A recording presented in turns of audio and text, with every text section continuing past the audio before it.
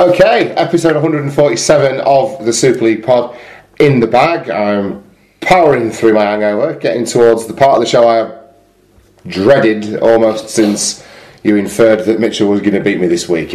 Go on, what's the quiz this week? Well, we've gone back to foreign-born origin players. Great. The second and final instalment of foreign-born origin players. Mm-hmm. I've got 7 for you, Tom. In no particular order. Okay. I think you won't get many. Are we going to reveal the answers as we go, or should we just leave it unanswered and passed and then do it at the end so that people can play along? Yeah, we'll do it that way. We'll answer them all after we've been through all 7 questions if you don't get them. But, do your best. I'm going to do my best. I think you got a chance. All right. Okay, we are going to start with former Easts and Wigan halfback who played 14 times for Queensland but never played for Australia, instead representing his native homeland as a player and latterly as a head coach. I've got zero idea.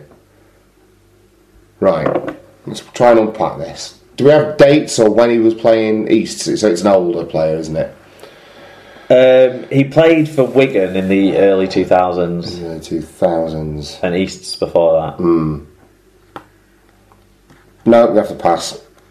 You're going to kick yourself on that one. Am I? Yeah, so he played 14 times for Queensland, but he never played for Australia, and instead he represented the country of his birth, who he also later was the coach of. What was his country of birth? Well, that'd be giving it away. Would it? Yeah.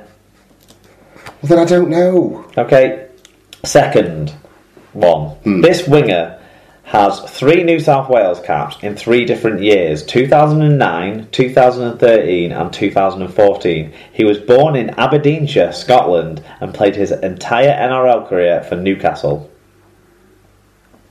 Up until you said he was born in Aberdeenshire, I was going to say Uate. He was born in Scotland? Yeah. He's got a Scottish name.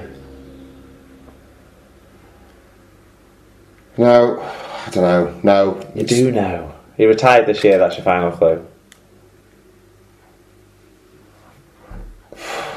No, I'm drawing a blank, mate. Auckland-born former Queensland back who has tried his hand as a pro in Aussie rules and rugby union.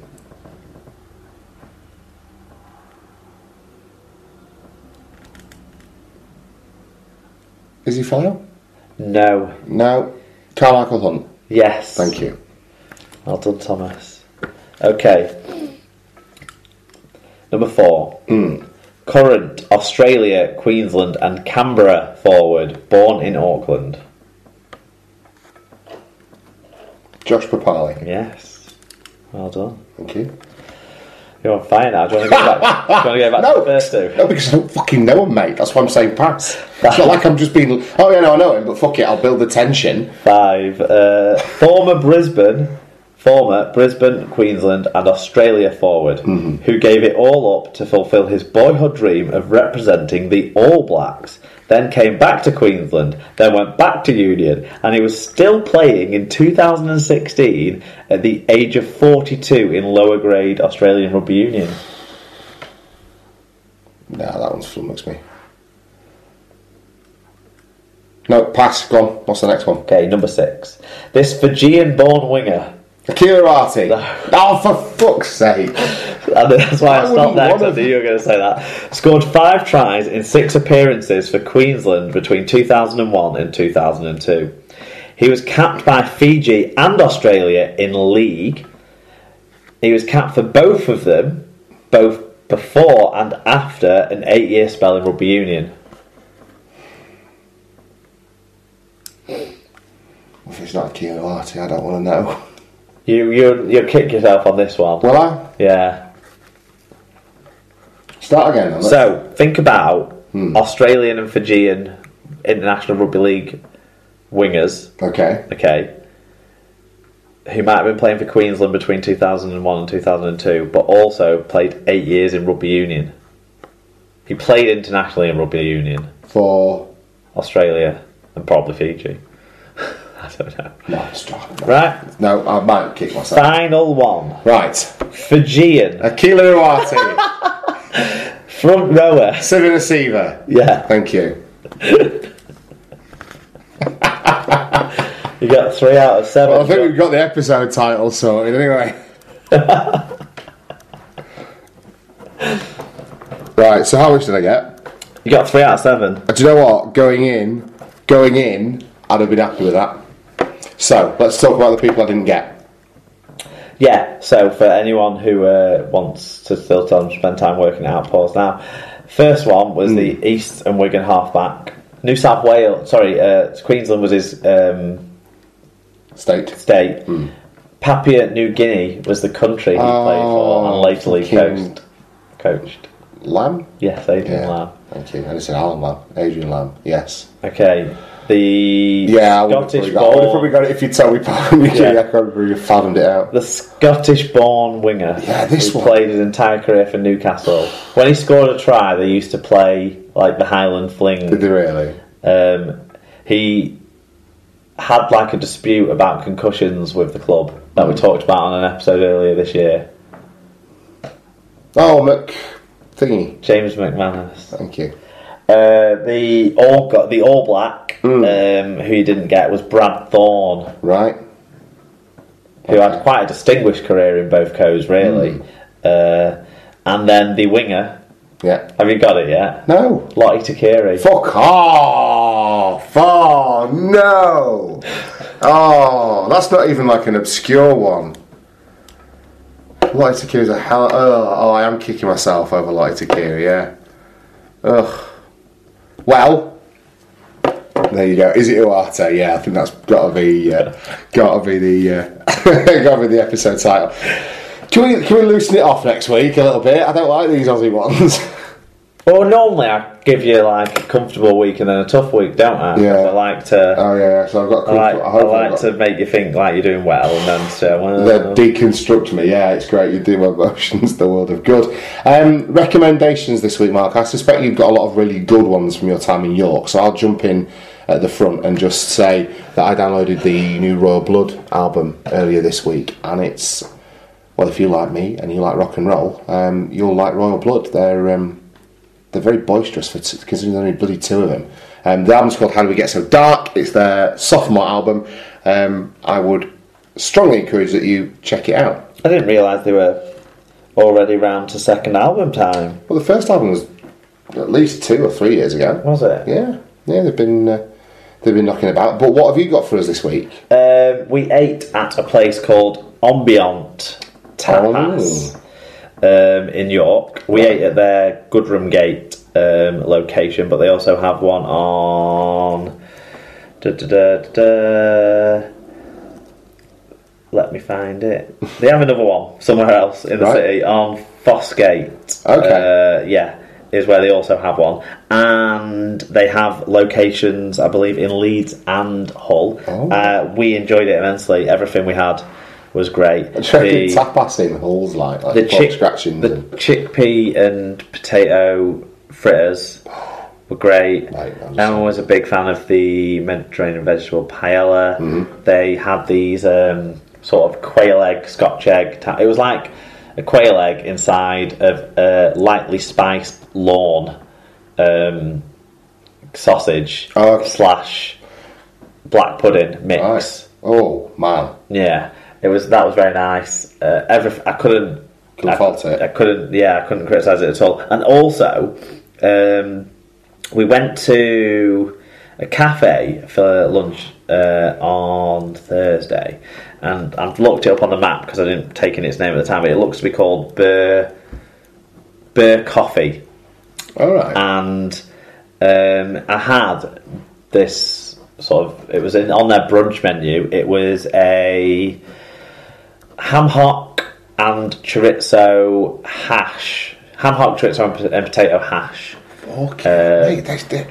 I don't know if it's just because I've not eaten all day. That sounds amazing. Came with a poached egg, a perfectly poached egg on the top. It was incredible. That is on Lendal, so if you just go over the Pretty Bridge and go past the entrance to the Yorkshire Museum, but take a right opposite the entrance to the Yorkshire Museum, That's the road there, and it's just there on the left, that cafe. So if you're in York, I would recommend going there for your brunch.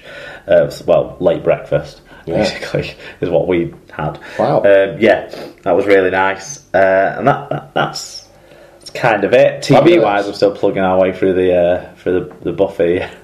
Buffy the Vampire Slayer. Yeah, that's an interesting one. Handmaid's Tale is still very, very good. We recommended that a few weeks ago, and I'm still thoroughly enjoying that. That's really good. We are watching that, and Emma bought a record player. Oh wow! Cool. I think I mentioned last week she won a prize for being like having the best project across the masters students on architecture at her university, and it was like £100 prize. So she used that to buy a record player and has bought, I think, a Pokemon and Jukebox LP to play on it. Fantastic. Yeah, so I've been pulling out all my old Radiohead vinyls that I've owned for years, but never played because the record player I had no speakers. Look at that. I was bought a pretty one that looks nice. Of course. I've got to fit in with the decor. Well, woman's touch and all that. Yeah. Can't be bad. Fabulous stuff. Well, there you go. Okay. We are drifting towards the end of the Super League pod, but how do people get in touch with us and tell us what they think about this week's games and feedback to us and tell us things about them? Yeah, I'm sure people have got comments on the news stories that we've sort of thrown together today. There's loads of that. Hot takes aplenty. At Super League Pod is on Twitter. Facebook.com/Super League Pod is another place you can get involved with us. At superleaguepod@gmail.com. Send emails. Send us something a little bit longer there. And then, you can use the Google form for the match reviews, of course. And I'll get that up and ready for accepting reviews for the State of Origin game. So any of the old links that are up on Facebook or on our Twitter page, you can use those to access it all the time when it's normally not open between 10 p.m. on a Sunday night and around about, if I remember to turn it on again, normally around about Thursday evening for the games kicking off. But I'll make sure on State of Origin weeks it's open from Wednesday mornings. There you go. Fantastic. Okay. Well, that, for the 147th time, is your Super League pod. We will see you next time on your favourite Rugby League podcast. Bye for now.